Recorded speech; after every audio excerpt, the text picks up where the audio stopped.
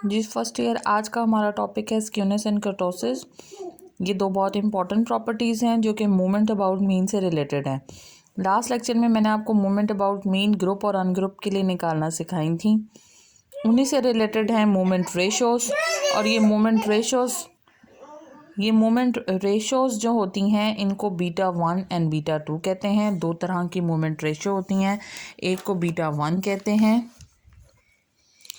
और एक को beta 2।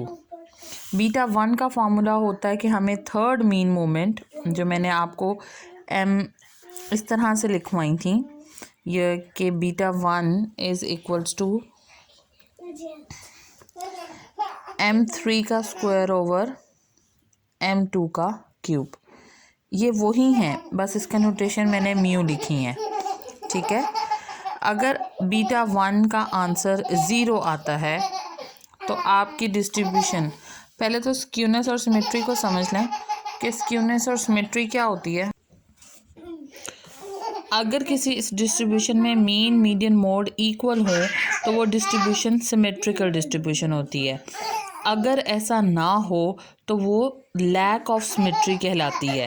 Lack of symmetry is called skewness. अगर ये है आपकी आइडियल डिस्ट्रीब्यूशन जिसका मीन मीडियन मोड सेंटर में लाई करते हैं, this is called symmetrical distribution. Mean median mode से हाफ राइट साइड पे और हाफ लेफ्ट साइड पे इक्वली डाटा प्रिवेल किया होता है, this is called symmetrical distribution. अगर ऐसा ना हो तो इसको हम कहते हैं स्क्यूनेस। स्क्यूनेस का मतलब है एक तरफ से डाटा स्क्यू हो गया, ज़्यादा फैल गया। इसका न्यूमेरिकल मैयर है बीटा 1।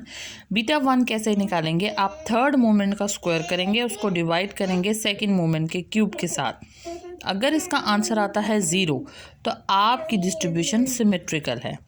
अगर इसका आंसर आता है लेस देन 0 तो इसका मतलब है आपकी डिस्ट्रीब्यूशन नेगेटिवली स्क्यूड है।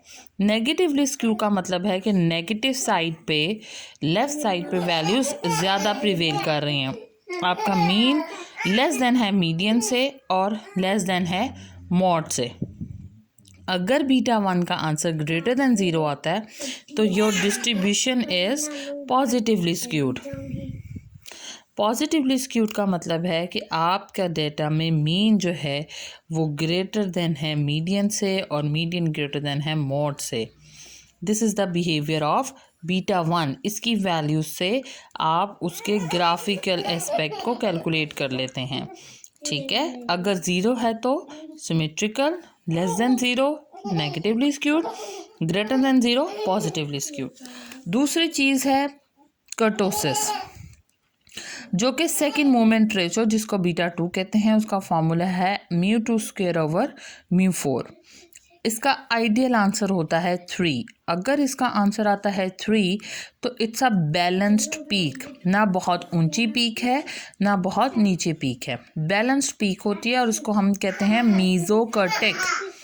कर्टोसिस बताते हैं पीकनेस ऑफ द डिस्ट्रीब्यूशन। अगर इसका आंसर है लेस देन 3, अगर तो बीटा 2 का आंसर लेस देन 3 है देन योर डिस्ट्रीब्यूशन इज प्लेटिकर्टिक। प्लेटिकर्टिक को आपने पहचान इस तरह से रखनी है जैसे प्लेट होता है, प्लेट आपका फ्लैट होता है, तो प्लेटिकर्टिक मीन्स फ्लैटन होना शुरू हो जाती है towards the origin. Flatten peaks को हम कहते हैं प्लेटिकर्टिक डिस्ट्रीब्यूशन। अगर बीटा 2 का आंसर ग्रेटर देन 3 आता है then your distribution becomes sharper. I am not in good in drawing, that is why the graph will be so terrible. So if the answer is greater than 3 the distribution becomes sharpen, वो उसमें तेज़ नोकीली होना शुरू हो जाती है, height ज़्यादा होना शुरू हो जाती है, तो this is called leptokurtic distribution. आपने इन तीनों शेप्स के नाम, इनकी कंडीशंस अच्छे से प्रिपेयर करनी है, इससे रिलेटेड न्यूमेरिकल क्वेश्चंस करने हैं, बीटा 1 एंड बीटा 2 के फार्मूलाज को गो थ्रू करना है। This is your today's homework.